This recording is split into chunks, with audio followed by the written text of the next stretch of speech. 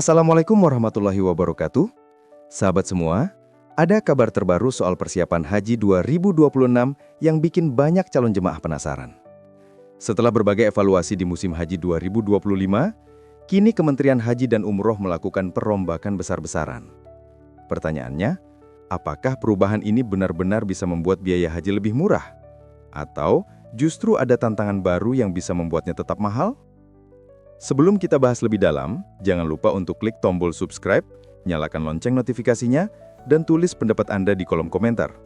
Karena channel ini akan terus memberikan update terhangat seputar dunia haji dan umroh, biar kita semua selalu jadi yang pertama tahu kabar terbaru. Nah, menariknya, perombakan kali ini tidak main-main.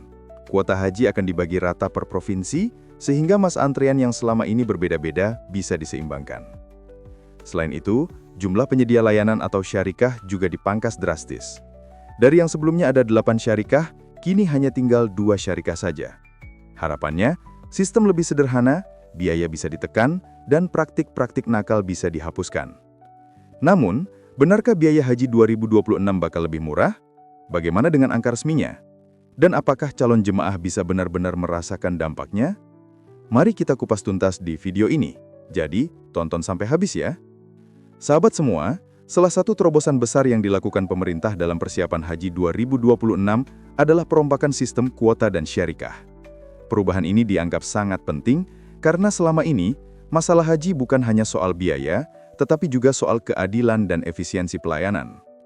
Pertama, kita lihat dari sisi kuota haji per provinsi. Selama bertahun-tahun, antrean haji di Indonesia tidak merata. Ada provinsi dengan masa tunggu mencapai 40 tahun, sementara daerah lain bisa berangkat hanya dalam 10 hingga 15 tahun. Kesenjangan ini menimbulkan rasa ketidakadilan bagi calon jemaah di daerah yang antreannya panjang. Nah, melalui kebijakan baru, pemerintah menargetkan agar antrean ini bisa diratakan menjadi sekitar 26 tahun di seluruh provinsi.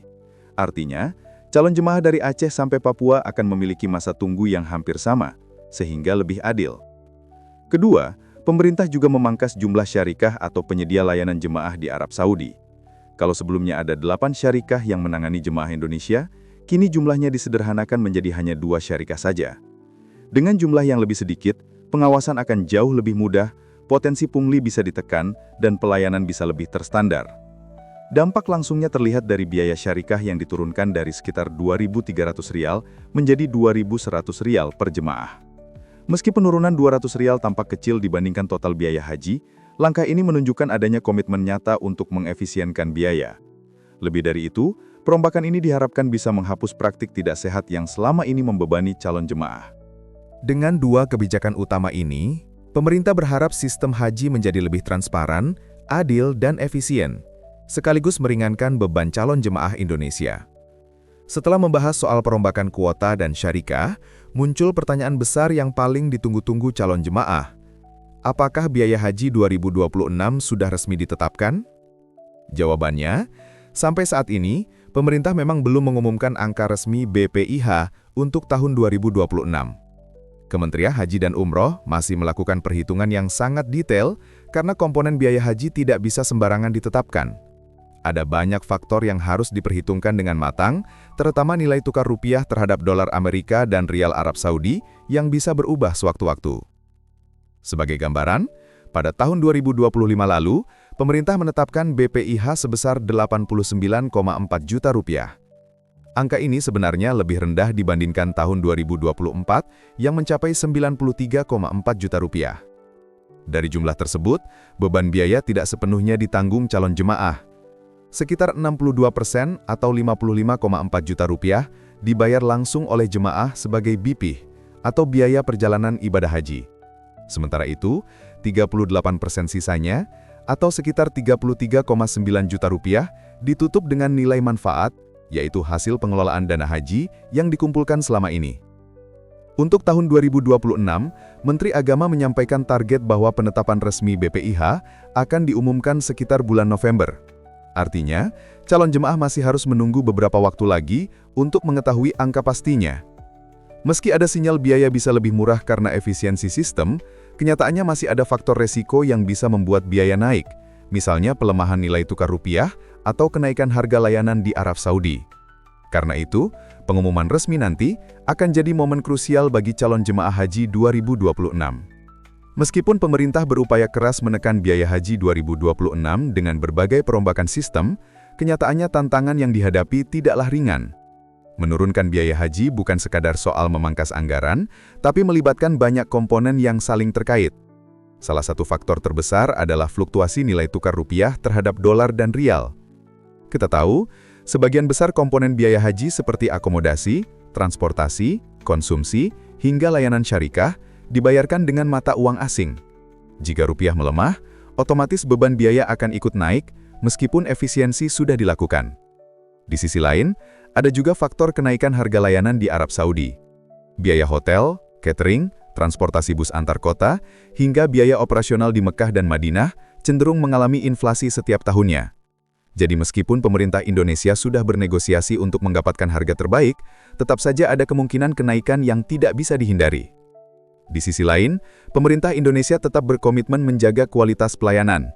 Artinya, upaya menekan biaya tidak boleh mengorbankan kenyamanan dan keselamatan jemaah.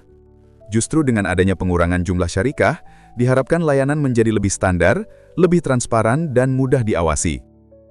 Namun, harapan tetap ada. Dengan sistem baru kuota provinsi yang lebih adil, calon jamaah tidak lagi merasa diperlakukan berbeda dalam hal masa tunggu. Sementara itu, efisiensi syarikah bisa mengurangi praktik pungli atau permainan biaya yang selama ini dikeluhkan. Jadi, meskipun tantangan eksternal masih besar, langkah-langkah perombakan ini memberi harapan baru.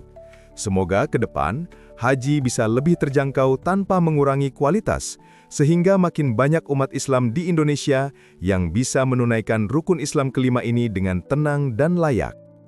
Setelah kita bahas panjang lebar mulai dari perombakan kuota haji, penyederhanaan syarikah, hingga tantangan biaya 2026, kita bisa menyimpulkan bahwa musim haji tahun depan benar-benar akan memasuki babak baru. Perubahan yang dilakukan pemerintah bukan hanya soal angka rupiah semata, tapi menyentuh hal yang lebih penting, yaitu keadilan, efisiensi, dan transparansi. Kebijakan pemerataan antrian antar provinsi akan membuat setiap calon jamaah punya kesempatan yang sama, tanpa harus iri melihat daerah lain yang masa tunggunya lebih pendek. Ini jelas menjadi kabar baik, karena rasa keadilan sangat penting dalam urusan ibadah. Sementara itu, pemangkasan jumlah syarikah dari 8 menjadi 2 adalah langkah berani untuk menutup celah kecurangan. Dengan layanan yang lebih terstandar, biaya syarikah pun bisa ditekan, dan calon jamaah bisa merasakan dampak positifnya.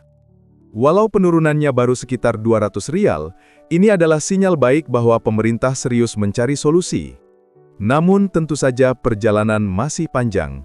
Kita tetap harus menunggu keputusan resmi BPIH 2026 yang akan diumumkan pada bulan November nanti. Apakah benar biaya haji bisa lebih murah dari tahun 2025? Atau justru ada penyesuaian akibat faktor eksternal? Semua itu masih menjadi tanda tanya besar.